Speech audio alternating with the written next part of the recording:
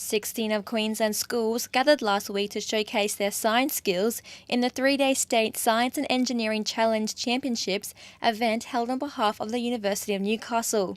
The James Cook University had the honour of hosting the event this year at the University Hall for the first time in the competition's 10-year history.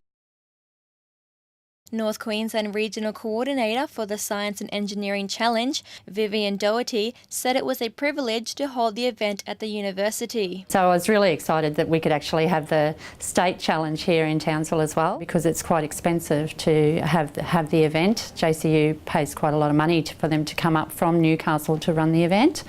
And so I was able to receive some funding, which meant that we could put our hands up. Students from each school were assigned to one of the 8 stations and had to compete without any preparation or assistance.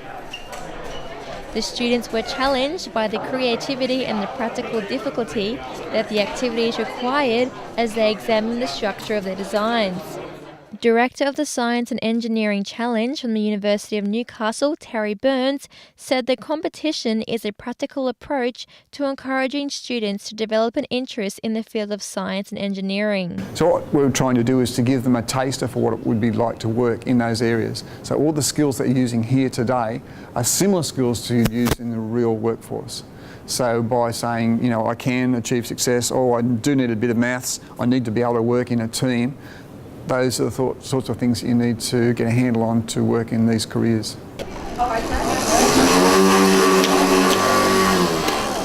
The skills that the kids take away are numerous. The first one obviously is they get to apply the things that they've learnt, and maybe things they haven't learnt. They get to use intuition and teamwork skills.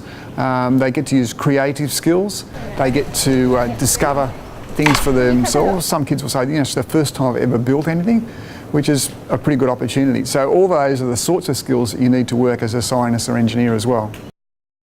The day definitely created an atmosphere of teamwork, craftsmanship and technique as the students tested, re-evaluated and altered their designs. Yeah, so we've got another tray on to support our 2 balloons so they can actually push the air out rather than down.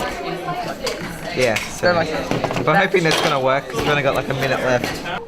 But for some, adjusting their design didn't always bring quick success or satisfaction. Group 6 Youth Service Coordinator from the Rotary District, Ray Pendle, said one of the club's aims is to build relationships with schools and to offer financial assistance. Where Rotary clubs can get involved in sending students such as the Science Challenge to Brisbane for better information or to help them out.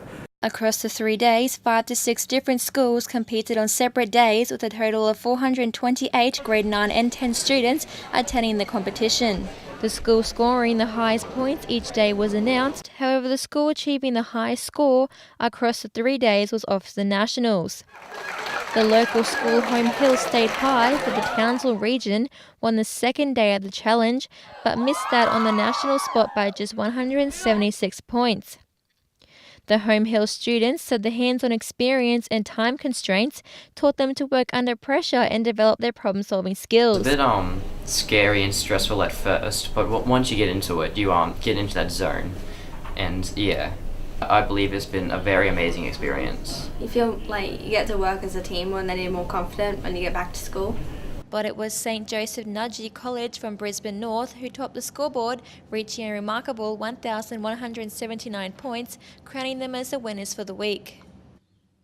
They will be off to the Nationals at Lismore in New South Wales on the 30th of October. Paula Willis reporting for JCNN.